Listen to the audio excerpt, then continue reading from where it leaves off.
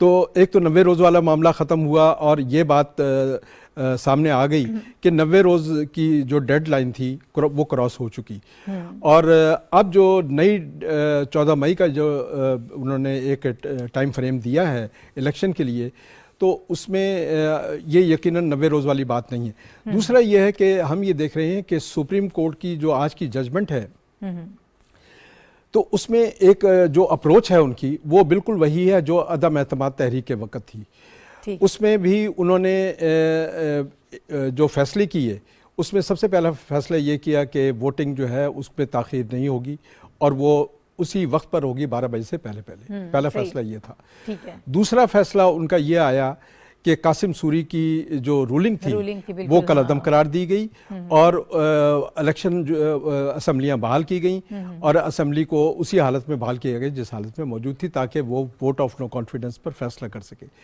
آج بھی ہم دیکھ رہے ہیں کہ سب سے پہلے انہوں نے جو کام کیا ہے ایک تو یہ ہے کہ انہوں نے الیکشن کمیشن کا جو فیصلہ تھا اس پر اظہار رائے کیا ہے اور اس پر انہوں نے اس کو کالعدم قرار دیا، اور اس کے بعد انہوں نے اس ڈیٹ کی طرف بڑھے جو نئی ڈیٹ جو ہے مقرر کی جانی ہے۔ تو اپروچ وہی ہے جو عدم اعتماد تحریک کے وقت تھی، بالکل سیم اپروچ اس میں بالکل وہی اپروچ اپنائی گئی ہے۔ دوسرا یہ ہے کہ یہ تو فیصلہ ہو گیا آج پنجاب کے بارے میں۔ اس کے ساتھ ہی ایک ضمنی سا سوال ہے پھر آپ آگے بڑھیے گا، کیا سپریم کورٹ جو ہے وہ الیکشن کے حوالے سے شیڈیول دے سکتا ہے؟ نہیں، یہی میں بات کر رہا تھا کہ اس میں دیکھیں انکروچ ہوا ہے۔ یہ کام الیکشن کمیشن کا تھا کہ وہ ٹریبونلز کے حوالے سے فیصلہ کرے، وہ بتائے کہ کہ الیکشن شیڈول کیا ہوگا۔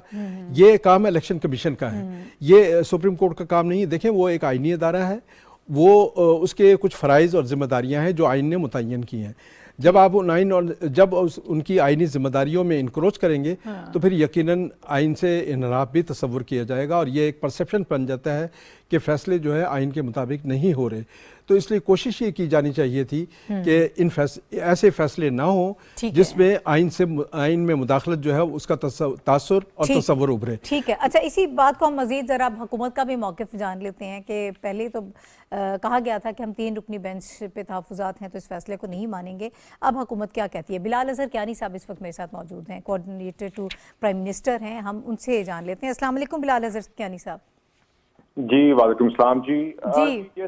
جی سر کہیے گا کیا موقف ہے گورنمنٹ کا؟ اب آج فیصلہ آ گیا ہے جس کا انتظار ہو رہا تھا اور کچھ چیزیں ایکسپیکٹڈ بھی تھیں، اسی قسم کا ہی فیصلہ ہے، تو اب آج کیا کہتے ہیں، آپ مانتے ہیں اس فیصلے کو؟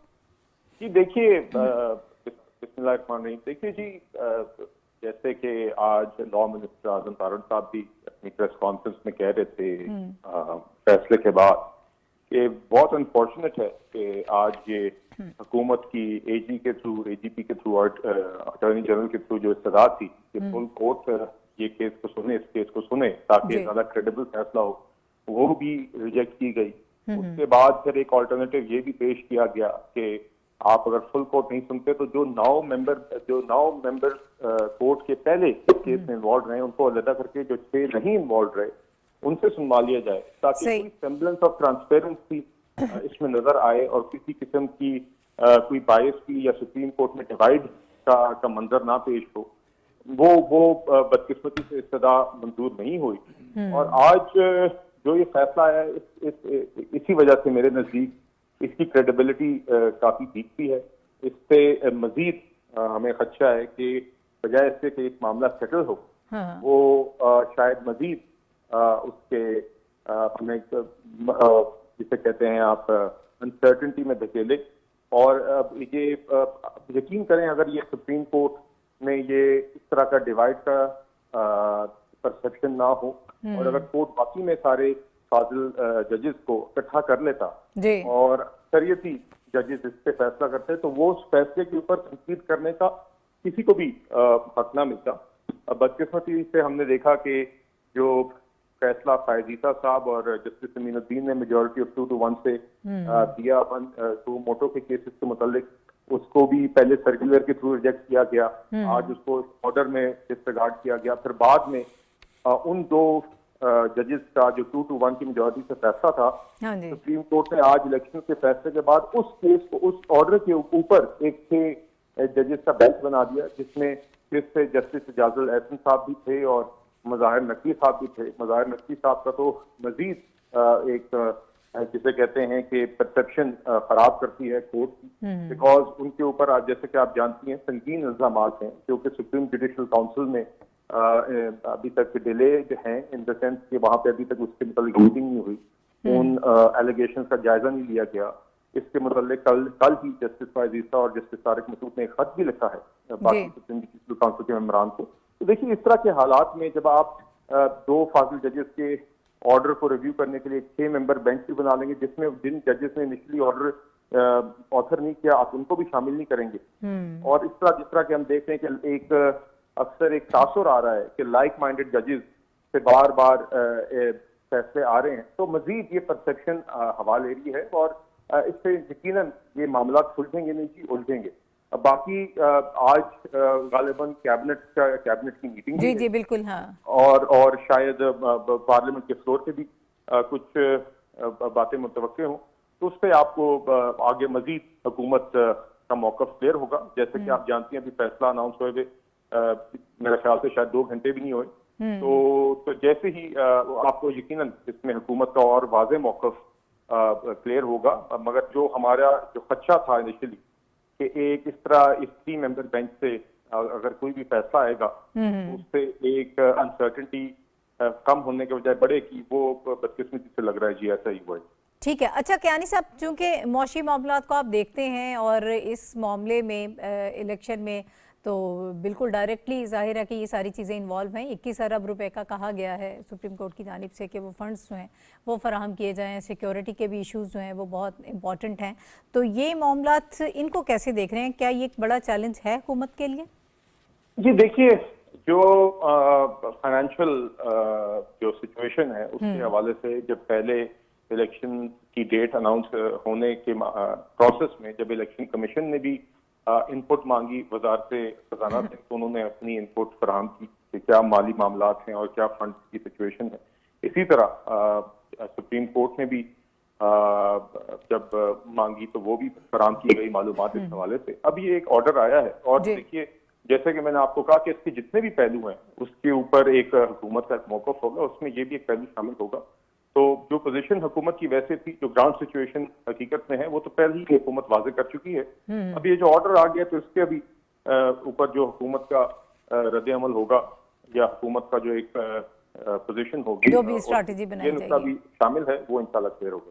ٹھیک ہے, بہت شکریہ. بلال اظہر کیانی صاحب ہمارے ساتھ موجود تھے اور ابھی اس پر حکومت اپنی اسٹریٹجی بنا رہی ہے. آپ کی رائے چاہتی ہوں صاحب کہ آپ اس کو مجموعی طور پر اس فیصلے کو کیسے دیکھ رہے ہیں؟ جیسے ہم سن رہے ہیں سب لوگ یہ کہہ رہے ہیں کہ کوئی اتنا ان ایکسپیکٹڈ چیز نہیں ہے, ہمیں لگ رہا تھا کہ اسی قسم کا فیصلہ آئے گا. جو ججوں کی یہ جو بینچ کی فارمیشن تھی اس کے حوالے سے بھی بات کی جا رہی تھی اور حکومت یہ کہہ رہی تھی کہ ہمیں تحفظات ہیں, ہم اس کو نہیں مانیں گے. اب مجھے بتائیں کہ کیا لگ رہا ہے آپ کو اگلا سینیریو؟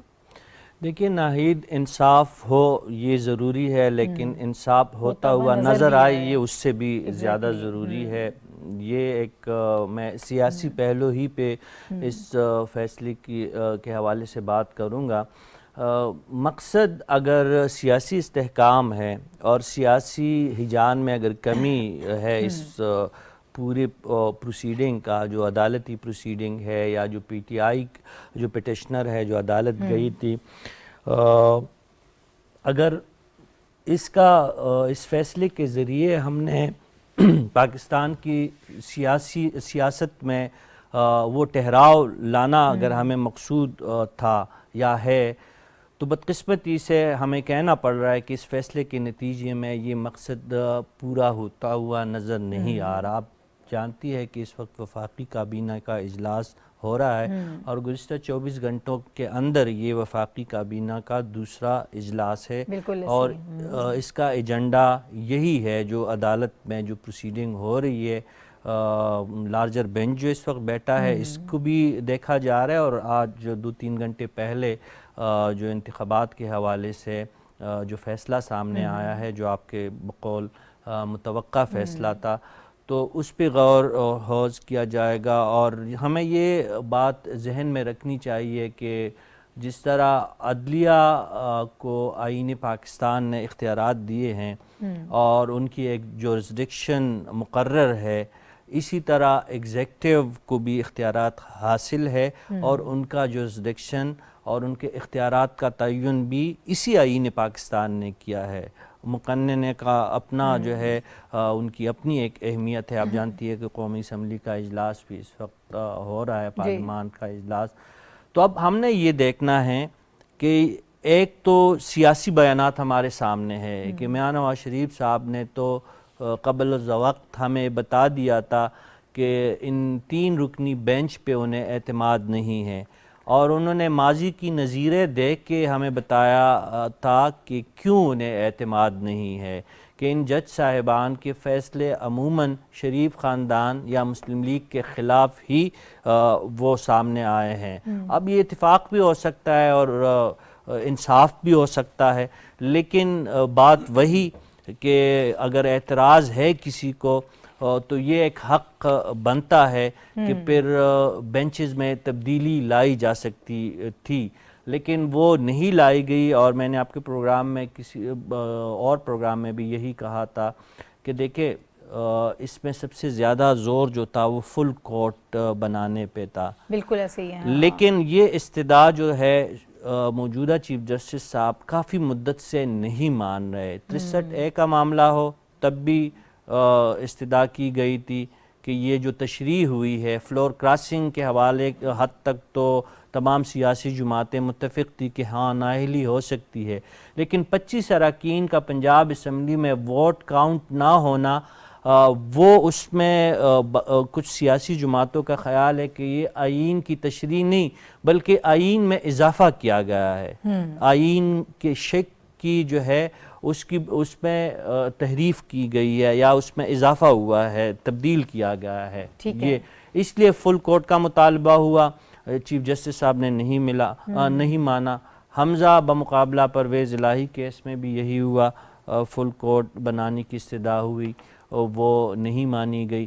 پھر اس کے بعد جو ہے پنجاب کے انتخابات کے حوالے سے اور خیبر پختونخوا میں انتخابات کے حوالے سے اس میں بھی استدعا جو ہے مسترد کی گئی.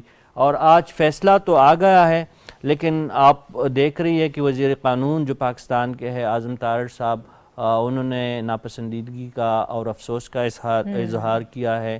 ابھی جو مشیر صاحب تھے وزیر اعظم صاحب کے, وہ بھی یہی فرما رہے تھے.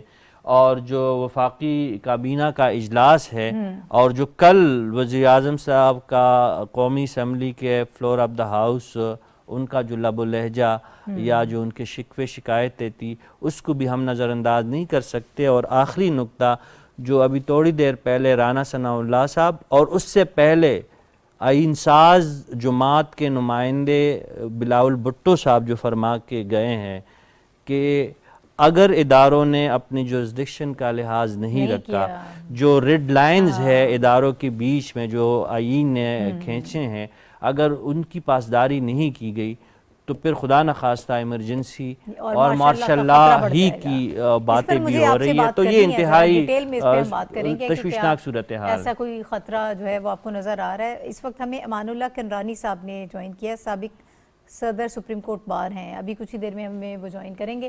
ہمایوں صاحب آپ کی طرف آؤں گی, آپ کیسے دیکھ رہے ہیں اس فیصلے کو جو 22 مارچ کا فیصلہ تھا الیکشن کمیشن کا, اس کو کالعدم قرار دے دیا گیا اور یہ کہا گیا کہ غیر قانونی اور غیر آئینی یہ فیصلہ کیا گیا.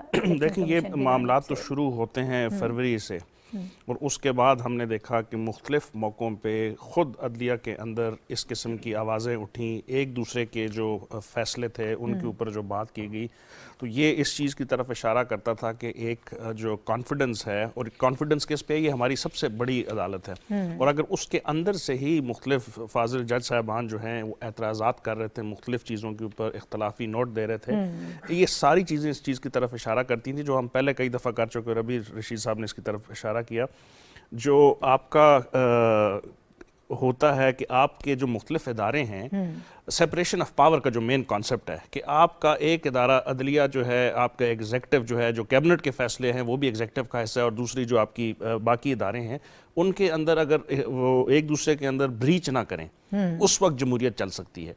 تو یہ جو آج کا بھی فیصلہ ہوا جو چند گھنٹے پہلے آیا اور اس کے اوپر جو مختلف ہماری سیاسی شخصیات تھیں، نہ صرف سیاسی شخصیات بلکہ لیگل ایکسپرٹس بھی جو بہت سارے ہیں ما سوائے جو اپوزیشن کی جماعت کے ہیں، سب کی یہ رائے تھی کہ یہ فیصلہ جو ہے پولیٹیکل پولرائزیشن جو ملک میں ہے اس کو اور بڑھائے گا۔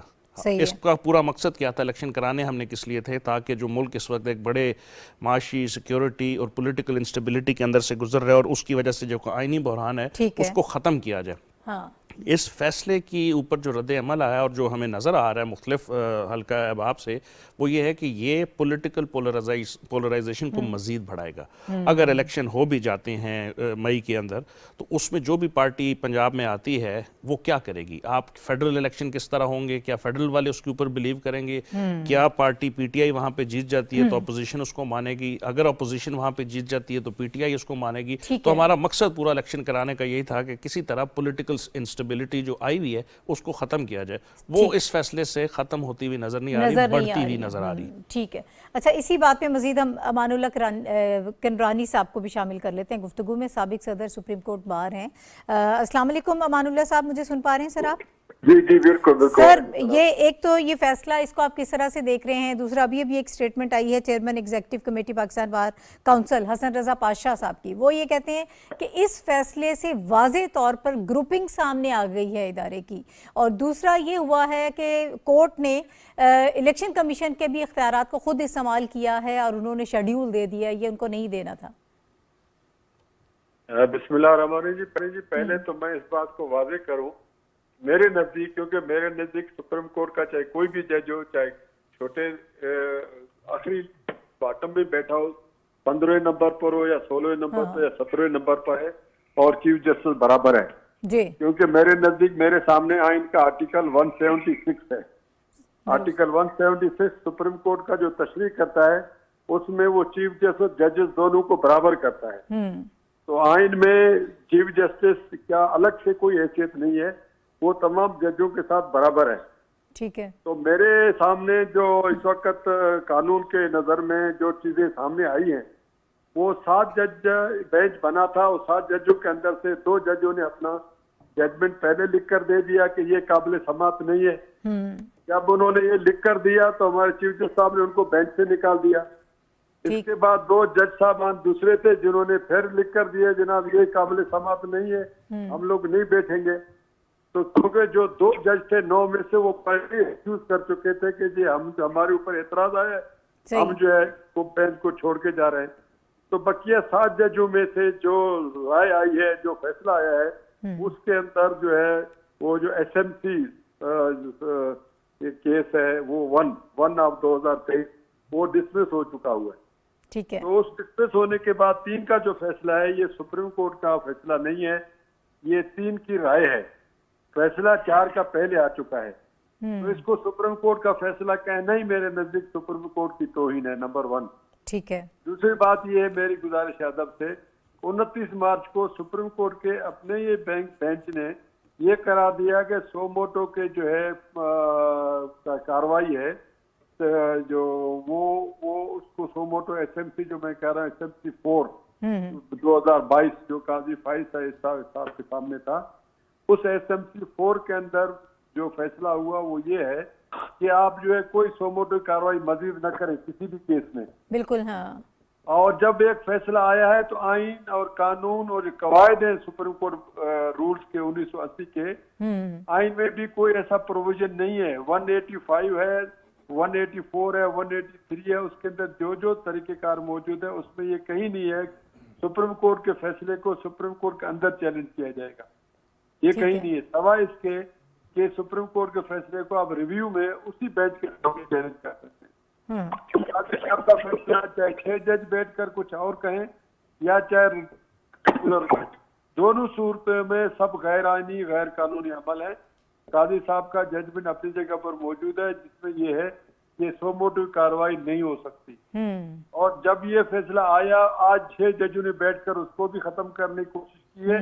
میں سمجھتا ہوں جو اثرات 29 سے پیدا ہوئے ہیں، جس میں رجسٹرار کا سرکولر تھا، اس کو اس کا مطلب ہے چیف جسٹس صاحب نے خود تسلیم نہیں کیا اور 6 جج آج بٹھا دیے۔ جی بالکل، اس کا مطلب سرکولر تو ختم ہو گیا،